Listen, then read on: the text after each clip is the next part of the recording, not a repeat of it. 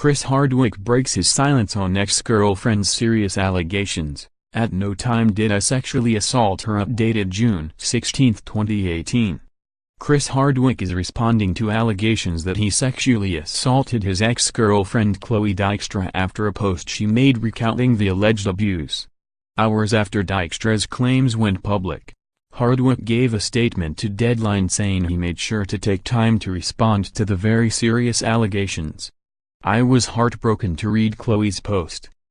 Our 3-year relationship was not perfect, we were ultimately not a good match and argues, even shouted at each other, but I loved her and did my best to uplift and support her as a partner and companion in any way, and at no time did I sexually assault her," Hardwick, 46, told the outlet.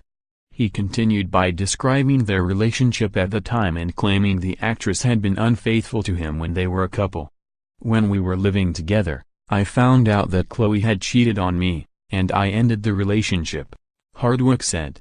"For several weeks after we broke up, she asked to get back together with me and even told me she wanted to have kids with me, build a life with me, and told me that I was the one, but I did not want to be with someone who was unfaithful.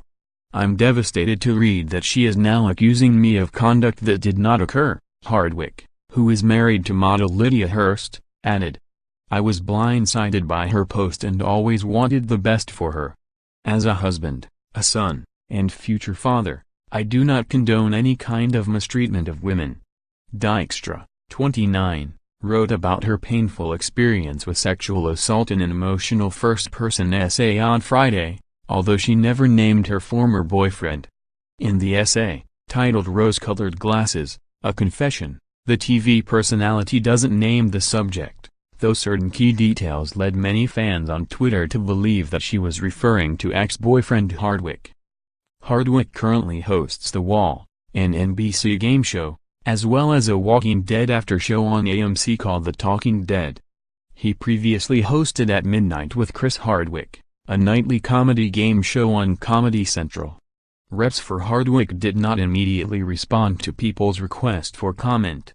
Dykstra and Hardwick announced their split in July 2014 via Twitter. Hardwick married heiress, actress Hurst in 2016. Related, Chris Hardwick cut from Nerdist after ex Chloe Dykstra accuses unnamed boyfriend of abuse. In the essay, Dykstra said when she was in her early 20s, she began dating a man almost 20 years her senior who began displaying controlling behavior, and within 2 weeks, rules were quickly established. According to Dykstra, her nights were expected to be reserved for him, as he had a busy schedule, which alienated her from her friends. Dykstra also said she was not to have close male friends and was not to drink alcohol, as he was sober. Hardwick stopped drinking in 2003, "I was not to speak in public places, elevators, cars with drivers, restaurants where tables were too close, as he believed that people recognized him and were listening to our conversations," she said. Dykstra said she was terrified to piss him off, "so I did what he said, including let him sexually assault me regularly. I was expected to be ready for him when he came home from work," she said. "Every night, I laid there for him, occasionally in tears. He called it starfishing. He thought the whole idea was funny. To be fair, I did go along with it out of fear of losing him," she said.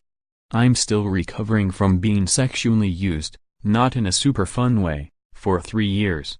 After 3 years of being snapped, yelled at constantly," Dykstra said she finally left him. After the breakup, she said her ex made calls to several companies I received regular work from to get me fired by threatening to never work with them. Related video, Jennifer Lopez reveals her own sexual harassment story with movie director. "I was terrified he succeeded," she continued. "I was blacklisted. With the assistance of a woman who'd gained my trust and my heart over the past year, he steamrolled my career." Dykstra went on to say that she considered suicide many times over the years.